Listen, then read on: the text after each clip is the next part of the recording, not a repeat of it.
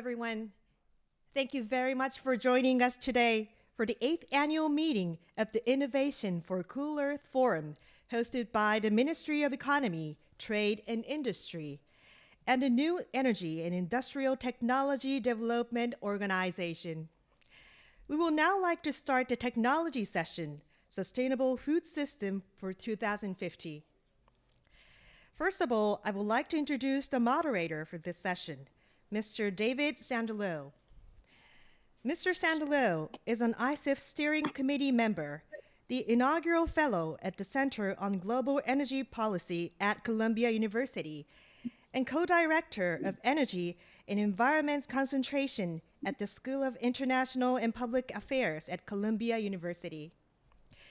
The panelist for this session is Dr. Ismail Seragelton, ICEF steering committee member, Emeritus Librarian of Alexandria, and founding director of the Library of Alexandria.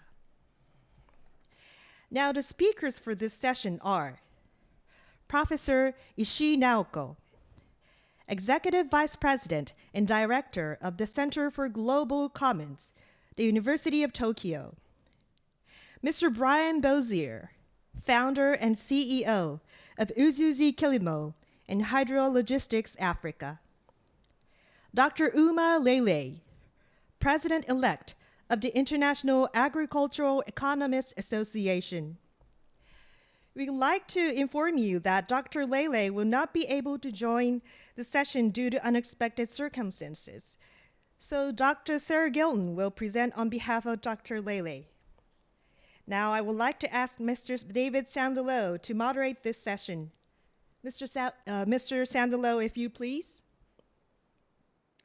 Well, thank you very much. It's a pleasure to join you today. I'm joining you from New York City, where it is 4 a.m. And this is just part of the global conversation that the Innovation for Cool Earth Forum has been convening now for 8 years. It's been my privilege to be part of this impressive conference, and I want to congratulate everybody who's worked so hard to pull together the conference this year with its tremendous agenda. I'm excited about this session, which is on the food system, and we have a tremendous group of speakers who you're about to hear from. The food system contributes more than 30% of the heat-trapping gases emitted by human activities globally each year.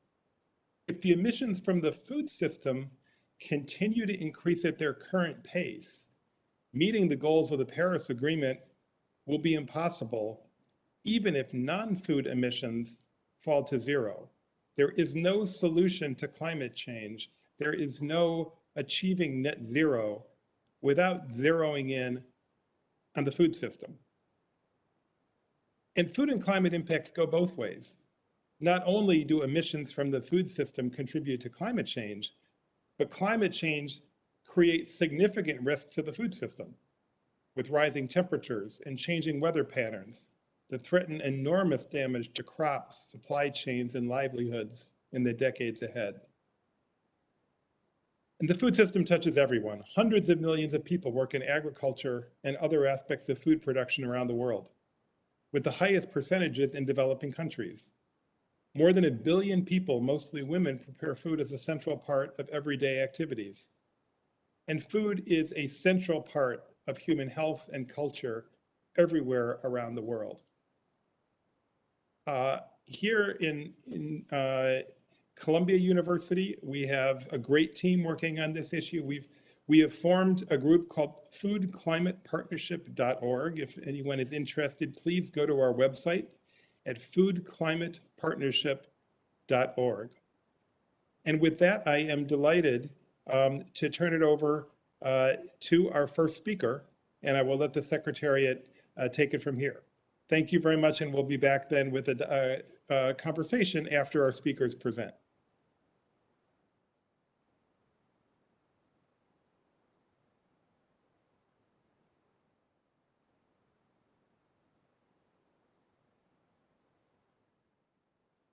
The IPCC 6th assessment report is clear. Global warming of 1.5 to 2 degrees will be exceeded during the 21st century unless very deep reductions in greenhouse gas emissions occur in the coming years. Understandably, most of the mitigation efforts have focused on energy and the move away from fossil fuels to renewable energy sources. But arguably, the agricultural sector has the largest direct interface with our environment and ecosystems on which all life depends. From the transformation of land use to deforestation to biodiversity loss to the use of almost two-thirds of all water withdrawals to overuse of pesticides and fertilizers, pollution of groundwater and estuaries to the domestication of large herds who contribute to methane emissions to the overfishing of the seas, it is clear that agriculture in the broad sense, in other words, including livestock, forestry, and fishing, in addition to the growing and harvesting of crops, is a major force in our interactions with our environment and contributes to climate change. Furthermore, our poor stewardship of the soils is contributing to desertification and reduced yields, as well as missed opportunities in the capturing and sequestration of ever-increasing greenhouse gas emissions. Currently, we are not doing a very good job, and in fact, over 800 million people are undernourished, a position made worse by the unfolding coronavirus pandemic, which has disrupted a number of supply chains in many countries. Meanwhile, the production systems are very inefficient. While they appear more efficient in the industrial and rich countries, that is not quite true. The US spends about $1.1 trillion a year on food, but if you count all the indirect costs, the true cost of food is at least 3.2 trillion, almost 3 times as much. The world needs to produce at least 50% more food by 2050 to adequately provide caloric coverage for about 9 billion people. However, agriculture and by extension the world's food supply is also more vulnerable to climate change than almost any other sector. Over the next 50 years, climate change could reduce food crop yields by 16% worldwide and 28% in Africa alone. Agriculture is also a major part of the climate problem. It generates up to 25% of total greenhouse gas emissions, including through land use changes. And without climate action, that number could rise to 70% of greenhouse gas emissions later in the century. Yet the sector also has the biophysical potential to offset and sequester about 20% of total annual emissions through improved soil management techniques. And reforestation can also add to that figure, subject to avoiding negatively affecting the Earth's albedo. The world urgently needs climate-smart agriculture to deliver a triple win: increased productivity, enhanced resilience, and reduced emissions. And there are digital innovations that can help us move to a precision agriculture that can improve the quantity and quality of agricultural output while reducing input uses such as water, energy, fertilizers, and pesticides, thereby generating climate benefits while also increasing efficiency. And incidentally, new fintech solutions are developing rapidly and can help provide credit to poor farmers. Also, food waste is an acute problem in both industrialized and emerging economies alike. In 2019, about 14% of the food produced globally was lost during the post-harvest production stage before reaching the retail stage of the food system. And some regional losses were higher. And the new biotechnology can also help us deliver to the farmers of the world plants that are more nutritious, more resistant to drought, salinity, and senescence, with higher yields, deeper roots, and more nutritional content. Biotechnology can also help produce edible vaccines, single-cell proteins, and other useful products. So as we bounce back from the disastrous COVID-19 induced recessions and resume our sustainable development path, we must transform the agriculture and food sector, reducing its contribution to greenhouse gas emissions, reducing wastage, and emphasizing nature-based solutions, urban agriculture, and more generally, precision agriculture and climate-smart agriculture. Thank you.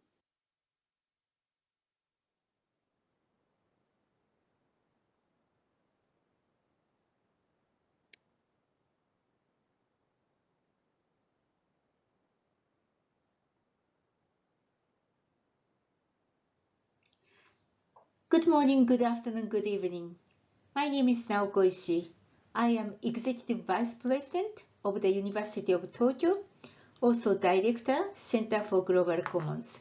Today, I want to talk a little bit about why food system transformation is so important to address the challenge we humanity are facing. This picture shows that for the last 100,000 years, the temperature of the climate has been fluctuating quite widely, but for the last 10,000 years, temperature has been stabilized at a very stable or mild level, and that is the time that we humanity has developed agriculture, which brought the civilization. The geologists called this period the Holocene. Particularly for the last 200 years and the Industrial Revolution, we made it economic growth.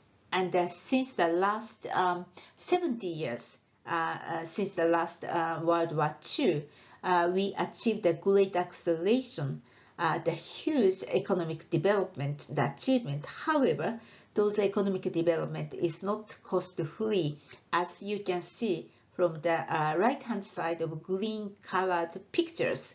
It incurred a lot of pressure on global environment.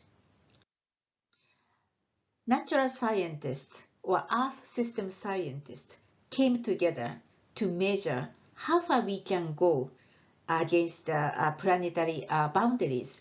They have identified 9 planetary boundaries and tried to measure how far we can go with current economic model. Their result is striking. Out of 9 planetary boundaries, we have already transgressed some of them and also enter into the very uncertain areas. So our future is quite at risk. For the last decade, there are 2 very important international agreements. One is, of course, 2015 Paris Climate Agreement, but also in 2015, 17 Sustainable Development Goals. But in order for us to really understand what these SDGs mean, we may want to reconfigure the 17 into the 3-layer wedding cake.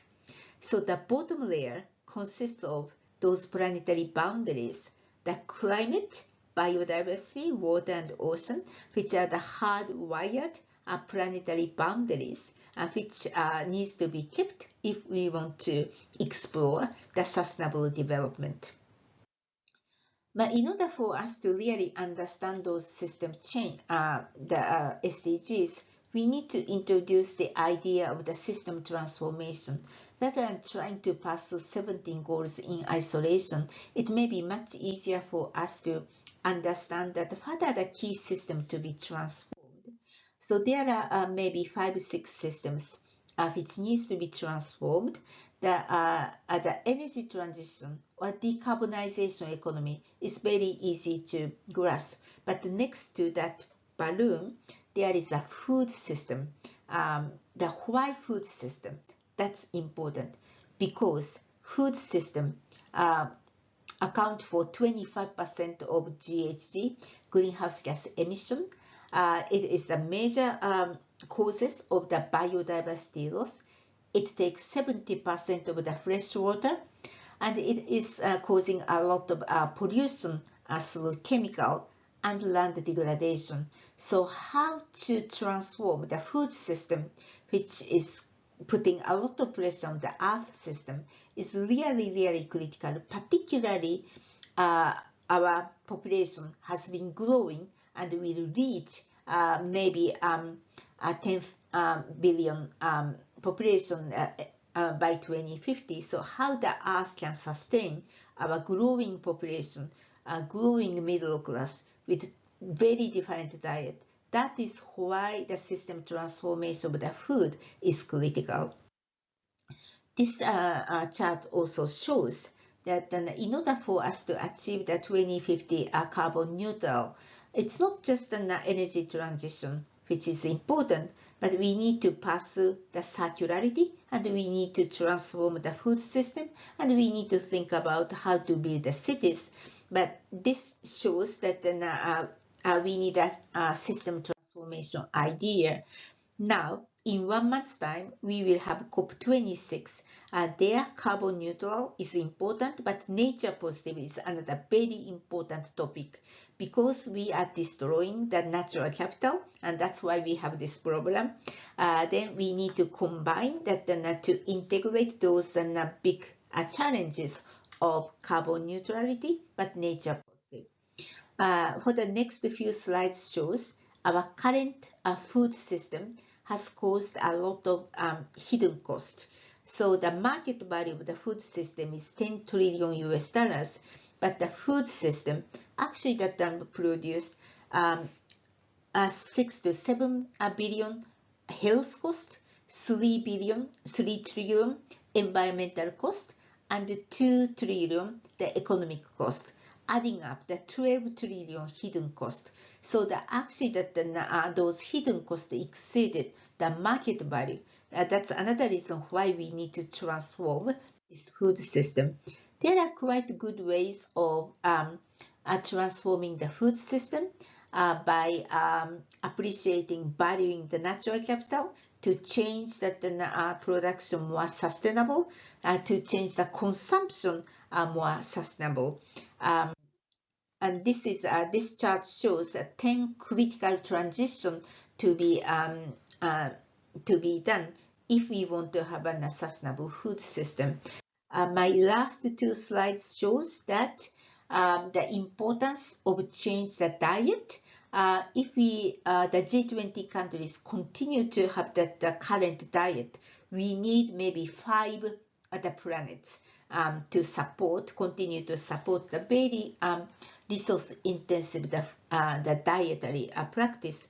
But if we want to change that this diet, that we can really save the human health as well as the planetary health. And this chart, last one, shows that what kind of menu we may want to have to achieve this double healthy, that the human health and the planetary health. Let me stop here. Thank you so much.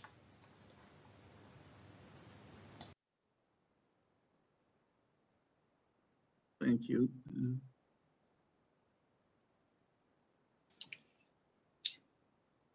Thank you so much. It's an honor to be part of this great panel and this year's ICEF conference. My name is Brian Bosire, and I'm the founder and CEO of Ujuzi Kilimo, which is Swahili for smart farming. And this is a technology company that I founded with the goal of bringing soil intelligence to the most vulnerable and rural communities, especially in developing countries in Africa. Next slide. So across sub-Saharan Africa, majority of the farmers and who produce food are actually smallholders. And we have across 33 million smallholder farms in the continent. But the challenge, one of the challenges we have with these smallholder farmers is that the land sizes are quite small. And this limits the kind of mechanization and technology adoption that can be helpful to these small sizes of farms. Additionally, this is a continent that has one of the highest rates of malnutrition and hunger due to lack of improved productivity from the farms to sustain the population. And the interesting thing is that majority of the African population who are smallholder farmers earn their living from the farms, which means that beyond food, this is also an economic issue where farmers need to improve their livelihoods by earning from the key economic activity that they perform in the farms. Next slide. So the way farmers have been educated in Africa, or how farmers receive knowledge on especially precision farming and adoption of technologies that can improve productivity, is really broken across these developing countries. A good example is that governments have invested so much in an extension network, officers to train farmers on technology adoption and expose them to some of these improved seeds, input use, water use, and fertilizers. But unfortunately, the ratio of these extension providers to farmers is really huge. It's one extension officer serving 5,000 farmers in technology transfer. And definitely this is something that is not tenable in this continent. The result of this is, please, next slide. The result of this is that most of the African soils have remained hugely underfertilized. The African continent has lost approximately 37 kilograms of fertilizers or macronutrients from the soil.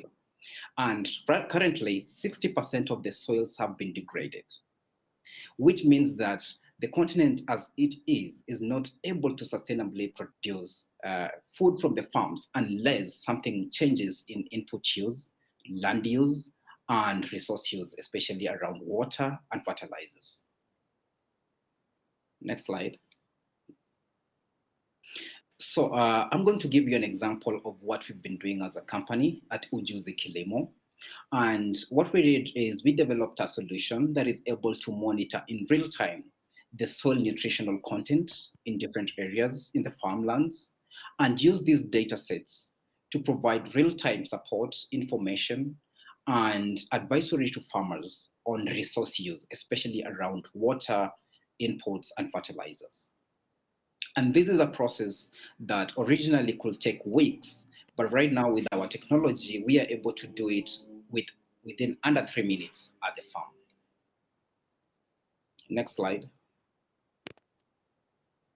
So we developed a patented device that we call SoilPal, which is able to capture more than 10 soil parameters in real time and relay this data to an online cloud platform, where we use algorithms to deliver actionable recommendations to the farmers via text messages and feature phones, which are the most preferred form of communication across the continent. And to give you context, the soil is a very important critical resource for the farmers. But unfortunately for a typical farmer in a rural area to perform an analysis of the soil, to understand the parameters and improve input, application, and use, they really have to do sampling and send these soils to urban areas in labs to perform analysis, just to get to know the content of their soil before they can make a decision on the crops to grow or the inputs to use. The whole process takes up to 3 weeks. And for rain-fed agriculture across the continent, where time is really critical, that is something that farmers cannot really wait. So what we did, we then are able now to compress all this within this gadget to just perform the soil testing in under 3 minutes at the farm and deliver actionable recommendation to the farmer, explaining the best inputs to use, how to apply them, where to get them. And on top of that, we are able to add other layers of services like financing of those inputs so that farmers are able to access the right inputs and apply them correctly. Next slide. So definitely technology is going to play a very critical role in helping these smallholder farmers, especially on decision-making, to improve productivity and enhance market access and distribution of this food that they produce. And we have been able to develop algorithms that are able to match the correct inputs that farmers need and still be able to relay these data sets to the industry players, especially fertilizer manufacturers and financing companies to ensure that farmers get exactly what they need at the right time to support their decision making. Next slide. So to give you an example of a journey that we have implemented for these small farms across Africa. So most of these farms being small, we decided to go with a service model where we equip local agents with the soil pulse devices, and it works like Uber, where then farmers can just request for the soil analysis services, and the closest agent with the soil pulse device can offer the service and all the other additional required services for the farmer. Next slide. So we decided to go really basic with the kind of recommendation that we provide. Across the continent at the moment, there is very high penetration of mobile phones. At least every family has got a mobile phone. And we're using that as a tool to deliver actionable insights and advisory and also financing services to these farmers. And the best recommendation that we do is via text message on their phones. Next slide. So definitely our goal ultimately is to serve the farmers, to ensure that number one, they become efficient in resource use, especially around fertilizers, apply the best technologies that for improved seeds, increase productivity ultimately, and of course, educate them through the crop production cycle, which makes them more resilient, especially at the times of erratic weather. Being a rain-fed continent, erratic weather is really something that affects farmers. So providing this information bundled together to the services that we provide is really important and critical. Next slide. So we are looking beyond the farms. We are also looking at the whole system in the production system in agriculture. One of the key things for the industry players, from manufacturers of inputs to commodities of takers in the markets, is data. Data is very critical. And in this highly segmented continent of smallholder farmers, aggregating this data is really important for these players to, number one, organize the markets, number two, predict productivity, and number three, deliver the right services to the farmers that are targeted and really need these services. Next slide. So currently we are working with more than 100,000 farmers across the African continent. We are in 3 countries at the moment. And our goal is to really serve and take technology to the emerging markets of smallholder farmers across the globe. Next slide. So, of course, Africa is one of those key continents that will highly benefit from the use of technology to empower smallholder farmers.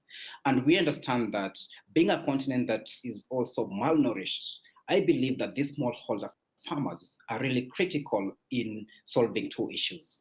Number one, eliminating hunger, and number two, giving economic opportunity to the people who actually work in the farms, and especially the young people who are the majority in the continent. Next slide. So thank you so much. That is my presentation, and I'll be very happy to share any information in this panel. Thank you.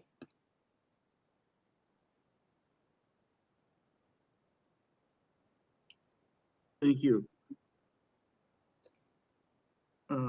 David, our chairman, I understand you were going to present Lele's material. Dr. Lele has had an accident and is currently hospitalized.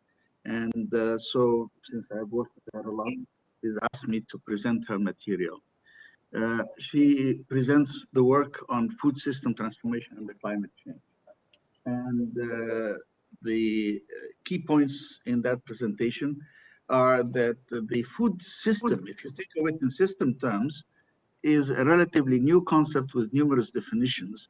It's multidimensional, that includes value chains ranging from producers to consumers, and dealing not just with calories, but dietary considerations ranging from junk food to nutritious, healthy food. And it's a dynamic concept entailing dietary transition influenced by population and income growth. More animal proteins, more this usually accompanies that, but we know that there are better and more sustainable ways of dealing with that. There is also an urban transition. There's changes in tastes and preferences, increased use of processed food, trade, food losses in processing storage. So the per capita food consumption has been increasing from 1990 to 2015, but the rate of poverty and hunger has declined as we moved along our goals, global goals, but it has slowed down recently, partly due to the pandemic, but partly due to climate change and other effects as well. So in the same time, as we look at the world and inequality issues, there's a dual burden of both hunger on one side and obesity on the other. And the growth of non-communicable diseases such as diabetes, cancer, heart attacks, etc., is also one of the things that we have to note. But COVID has increased the poverty and hunger by an unprecedented 20% in 2020. And childhood stunting and wasting in maternal mortality, obesity, poverty, food insecurity, all of that has been very serious both in sub-Saharan Africa and South Asia, more affected by than the rest of the world. And for the prospects for achieving zero hunger by 2030 is now rather bleak. If we look at agriculture, it has been rightly pointed by Dr. Ishii that it is a major contributor to climate change, taking 2/3 of the water withdrawals, impacting on biodiversity, impacting on deforestation and the like, but it's also affected by climate change in terms of temperature increase, extreme weather, variable rainfalls, floods, droughts, all of that destroys the production that we expect from agriculture to provide the food that we need. And generally, there's been loss of cultivable land due to increased droughts and desertification. And there's also been a decline in crop yields as the world heats up in certain areas. So both climate change and dietary transition in food systems call for transformational change that is needed. So what do we mean by transformational change? Well, it's fundamental change in systems relevant to climate action with large-scale positive impacts that shift and accelerate progress towards climate neutral, inclusive, resilient, and sustainable development pathways. Measuring transformational change requires evidence on the impact at scale and behavioral change in terms of the dietary preferences of people, and inclusion, the fact that nobody is left out and is left to suffer from famine. In reality, there is little concrete evidence of transformational change being adopted in, for example, multilateral development bank investments. At present, we need much more support for this kind of work. And in the food systems that we've been talking about, we require for this transformational change an increase in investment in science and technology to increase resilience, more production with less inputs, active use of fiscal policies, carbon taxes, taxes on junk food, sugary drinks, elimination of subsidies on fossil fuels, regulation to improve food safety and quality, improved food labeling, alternative energies like solar and wind technologies can be used, and in fact enhance public education and create a consumer demand for well-produced food that is healthy and that promotes sustainable development rather than affecting negatively greenhouse gases and the production of bad food. We need to recruit the civil society and the private sector as partners in this. And in that, digital technologies can help enormously. We can use information from satellite mapping, which can be handled directly to the farmers in handheld devices. We have seen that poor farmers can handle handheld devices in a lot of things, like the M-Pesa, for example, in mobile phones in East Africa. And we can use artificial intelligence, big data, to provide information for the farmers on the conditions of what their farms are. And I think from Brian Boyle, you've heard just right now a wonderful example of an innovative device that can help farmers enormously by giving them immediate guidance rather than waiting for weeks on end. So these information technologies, the internet, mobile technologies and devices, computational technologies with applications of data analytics, machine learning, etc., can really be a big help. And farmers also need to know weather and market data in real time, so they know how to protect themselves and their crops and what's the best place to sell them. For the future, we expect to increase household access to nutritional foods, create consumer demand for healthy foods, reducing food losses. There's been a lot of wastage and food losses in post-harvest situations from the farmer to the city, and then in the city, the consumers, in fact, waste a lot of the food, especially in the rich countries. We need to boost nature-positive productions at scale and achieve an equitable increase in the production. That way, we can build resilience in the production, resilience to climate change. We will need investment and other needs going forward. Currently, the annual investment required for 10 transitions estimated to be between $300 and $350 billion, and the funding gap ranging approximately from 125 billion at the minimum to a maximum, depending on various estimates, to almost 2 trillion, 100 billion to achieve the three central goals of agri-food system transformation: achieving food security and nutrition for all, eradicating poverty, strengthening livelihoods, and ensuring sustainable management of natural resources. And that, of course, will have to be accompanied, the money will have to be accompanied with legal, infrastructural, institutional, and human capital needs. And Dr. Lelia sort of extends again her apologies. She's hospitalized at present and had asked me to deliver these slides on her behalf. And thank you for that. Well, thank you to all of our speakers for these very thoughtful and insightful remarks. And we all send our best wishes to Dr. Lele for a speedy recovery. And Ismail, if you could please pass along those thoughts, we'd be very grateful. And we hope she recovers soon. We have a number of questions from the audience. I just want to start with some of my own and then turn to questions from the audience in the time we have remaining. And I'd like to start with a question for Dr. Shii. You talked about carbon neutral and nature positive, which is, I think, a really important theme in our discussion. And been a lot of attention on COP26 coming up in Glasgow. And I wonder if you have any thoughts about how COP26 can help advance this agenda with respect to the food system, both being carbon neutral and nature positive. Yeah, thank you so much. Actually, this community has been long waiting for this moment to surface, so that the the climate change is always the center stage of the international discourse, and finally, and slowly, but that nature agenda is kind of catching up. And actually, as I said, maybe in my presentation, this is the two different sides of the same coin. It is basically that our economic life against and its relationship with carrying capacity of the earth system. So in order for us to really address this climate change, we can and we should be able to address this food system agenda or nature positive agenda. And there is an enormous amount of convergence in this idea that one of the best way to address the climate change is actually the pricing carbon. And it's actually another way to see this and the food agenda or nature agenda is how to value the natural capital. The carbon has been free for so long.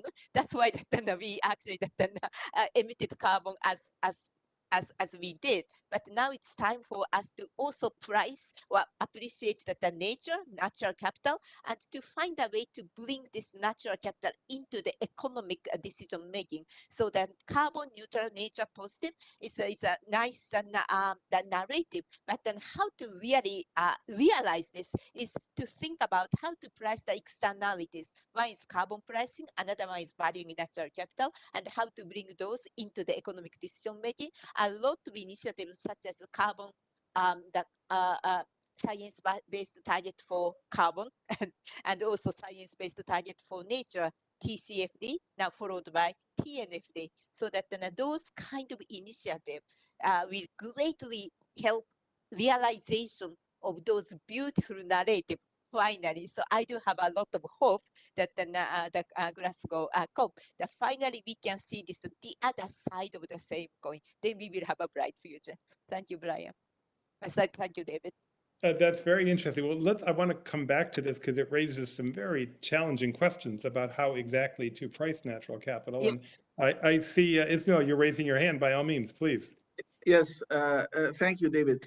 I wanted to say that we right now have the agriculture and food sector is contributing very negatively from deforestation to biodiversity loss to water withdrawals, desertification, etc., etc. We've gone through all of that.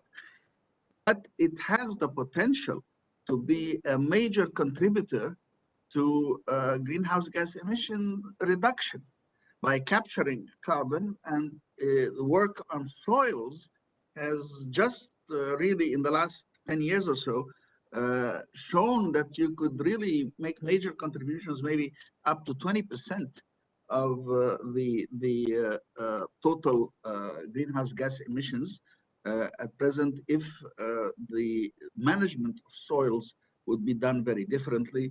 The management of the puddling of water, the handling of herds would reduce the methane that contributes to that as well. So not only do we have a sector that presently contributes to greenhouse gas, but we have a sector that could in fact be flipped, if you want to use that term, to actually contribute to the reduction. And that's part of the great potential of focusing on this. Regretfully, the reaction so far has been humanitarian. I mean, I'm not against humanitarian actions. Obviously, people should not be left to starve. But instead of being transformative of the system of the production of food, which is the agricultural system, we have been trying to get some of the food to very poor people who are starving in various places, from southern Madagascar to Yemen to wherever. And humanitarian actions are needed. But if you think for a second, from contributing to an enormous contributor to greenhouse gas emissions to a more significant sector to pull out carbon from the air, I think we have something very important here. That's a very exciting vision. And let me just bring Brian into the conversation, because I just was so impressed listening to the discussion of what you're doing in Africa, which, boy, if anything is transformational, it's the way you're using technology to help smallholder farmers. And could you just expand on Brian, what you see as the role of the smallholder farmers in this whole agenda?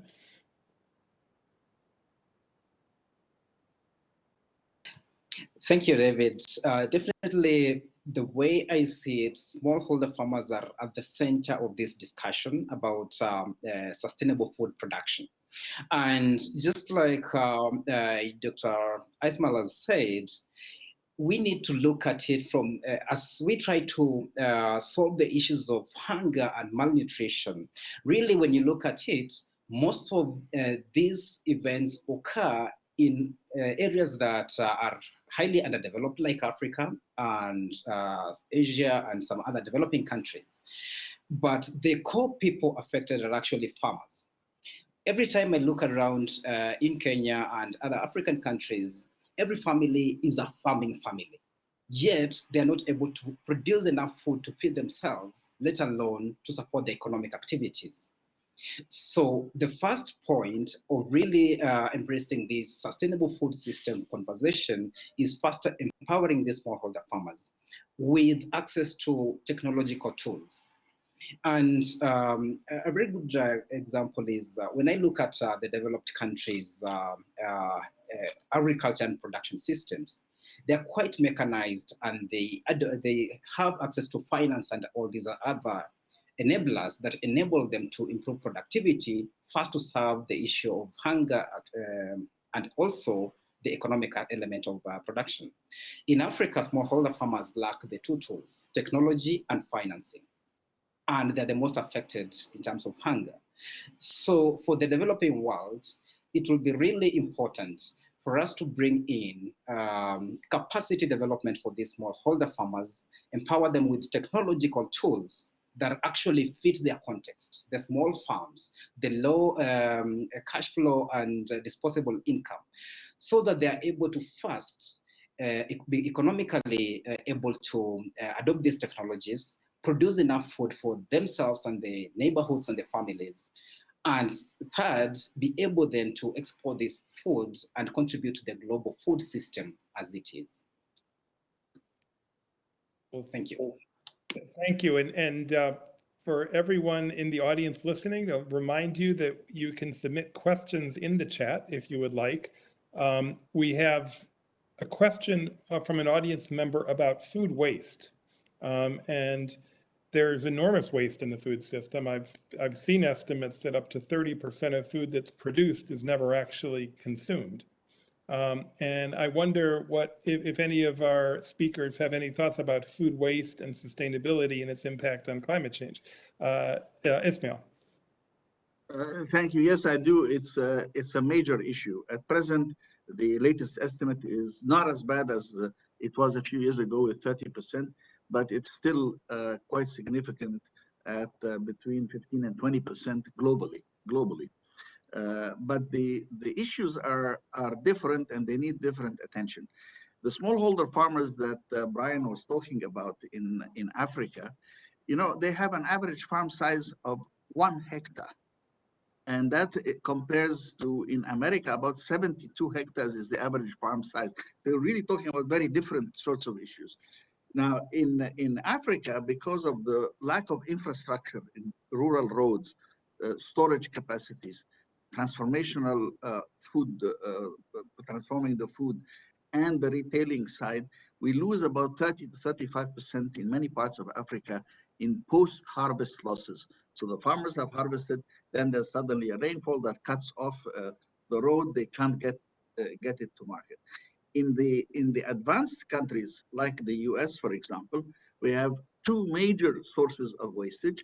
One, surprisingly, was well-intentioned, but results in very big waste, which is the stamping of food saying, you know, you should buy this by such and such a date.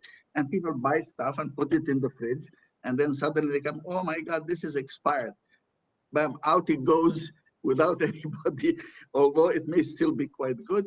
And the other part is that in restaurants, for example, where they serve you huge portions and you can't finish your portions, and some allow you to take it away, but many others just take it out.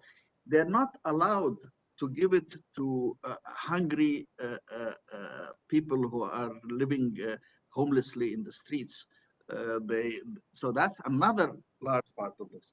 And the wastage was estimated between 30% and 50% in these countries. So I think that there's the way to manage or to fight the waste is different, very different in different parts of the world. But fundamentally, the aggregate numbers are that the world produces food that doesn't get to the consumers. Yeah, thank you. And I would just point out that if 30% of emissions come from the food system overall, 30% of heat trapping gas emissions come from the food system, and you know, if even 15% of food is wasted, that suggests an opportunity to significantly reduce emissions by reducing food waste. I think it's something that requires attention. There may be some ways of reducing food waste that actually don't reduce emissions. For example, if we had greater refrigeration that wasn't done sustainably, that would not actually be good from an emissions standpoint. But I think it's just an opportunity to combine these agendas and both improve, both reduce food waste and reduce emissions. Any other thoughts on food waste? Yes, you can do in the transformation of plants. We've been talking about plants that are more drought resistant, more salinity resistant, that have deeper roots, etc., and greater yield and more nutritional content. But one of the things is reduced senescence, which means that the plants themselves, when you harvest them, they will live longer. The food will be still good for a longer period of time. And we can build this into the plants. The new biology allows us to do everything from chimeric plants that have eggplants on the top and potatoes in the roots. If we can do that, we can reduce senescence so that the farmers don't suffer these enormous post-harvest losses in many of the poor places with smallholder farmers. And then, as you rightly pointed out, refrigeration and other issues in the more advanced countries require attention, but I think that we can do a lot. But don't forget that we can actually transform the sector into a major carbon capturing sector that will put that carbon into the soils. I mean, this is really from a contributor, a major sector contributing to a major sector in absorbing, I think is a truly major transformation that we should think of. May I build on what Ismail said? Please. No, maybe my presentation initial one may give you the kind of impression that I'm only seeing the bad side of the food system, but actually that you are dead right that then if we were able to turn it around, it's going to be really a contributor to transform the food system. And my last but one slide shows that there are tons of opportunities to transform the food system, but to realize it, we have to really bring that in some way of this economic valuation of sustainable food and penalize the bad the food which is produced in the negative way, but also kind of reward the food which is produced in a good way. That is also rewarding to maybe what Brian is talking about and how to price better or appreciate better for the sustainably produced food. And one way to really do it is that my first point of it and how the economic system can find a way to value those natural capital and to make the hidden cost visible and transfer pass on those information from the entire chain from production to consumption.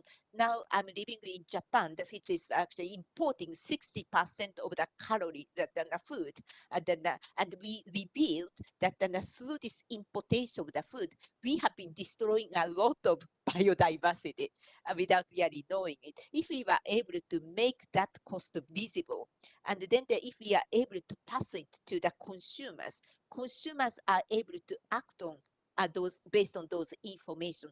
Right now, we really don't have enough and correct scientific information. What kind of environmental and actually societal cost that the one menu can incur, so that if that together science-based target for nature that the TNFD, we were able to find a way to value those natural capital and in an internationally agreed standard like carbon pricing, I think that we can create the more opportunity along the value chain.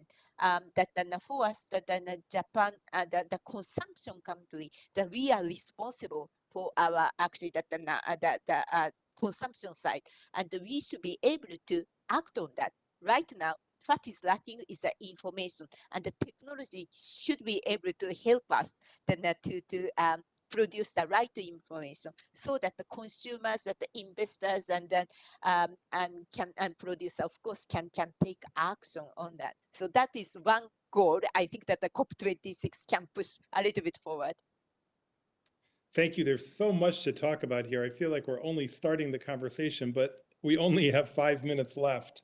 I want to bring in one topic which is often a difficult topic, which is the role of dietary choices in this whole issue. And in particular, the role of livestock and beef. And there are estimates that livestock contributes about 15% of global greenhouse gas emissions on a CO2 equivalent basis. And that suggests an obvious way to reduce emissions, which would be for people in developed countries to reduce their consumption of meat, including in particular beef.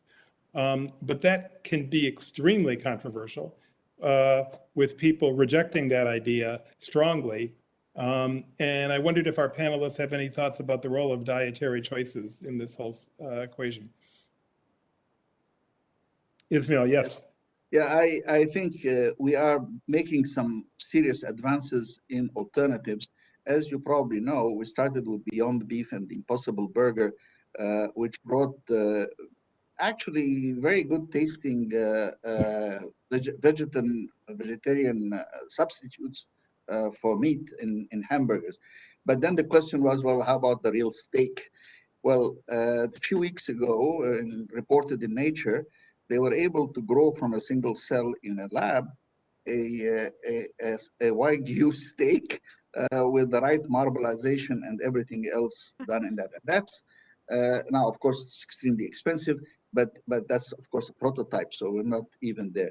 But I think that the opening up of alternatives would be much more likely to be met with greater willingness from the public than telling them, give up on your meat, don't have barbecues and burgers and go and eat salads. I mean, I think, as you say, it will be resisted by the public.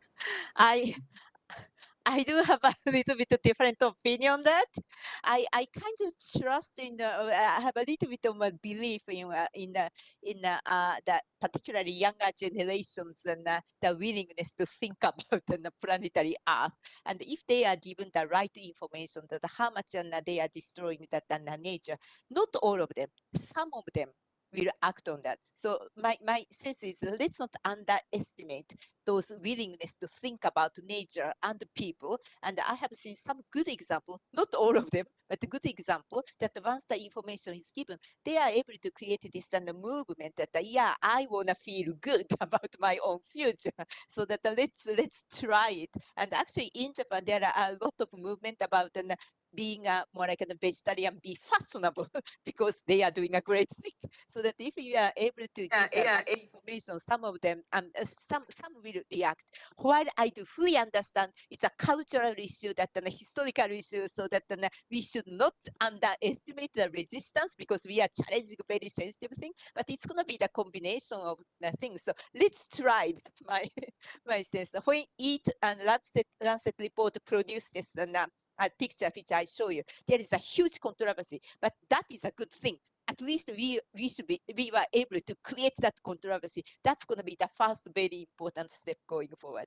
Thank you. Well, thank you, Brian. In our last couple of minutes, do you have any thoughts about this set of issues? Yeah, so my thought is definitely diet is a choice and everybody will always love alternatives. My belief is as long as we continue investing in coming up with better alternatives, that will be a very good option for people so that they can actually make a conscious choice to either go with remain with beef or just move to the alternatives. And secondly, of course, we have to also consider the fact that access to even meat is also a challenge to a lot of other people across the globe, especially in developing countries. So I think this is a conversation that we have to be careful with, because if we impose choices to people, then what happens to the people who actually don't even have that choice? Then that becomes a very big conversation. And I believe that the best way forward is to invest in more alternatives and inform people. As Naoko has mentioned, information is really powerful, and young people are really excited about joining the climate conversation and being part of it. So I believe that will be a very big tool to also change the consumer behavior. But imposing on that, it will be a big challenge. Well, thank you. We are almost out of time. I just want to thank our really extraordinary speakers for their insights, Dr. Ismail Sarageldin, Dr. Naoko Ishii, and Mr. Brian Bossiri, and Umalele, who we wish a speedy recovery to. I want to thank the ICEF Secretariat for their great job organizing this discussion. There are several innovation cases with respect to the food system showing the types of innovation that our panelists have been talking about. I recommend you go to the ICEF website where you can see some innovation cases with respect to the food system.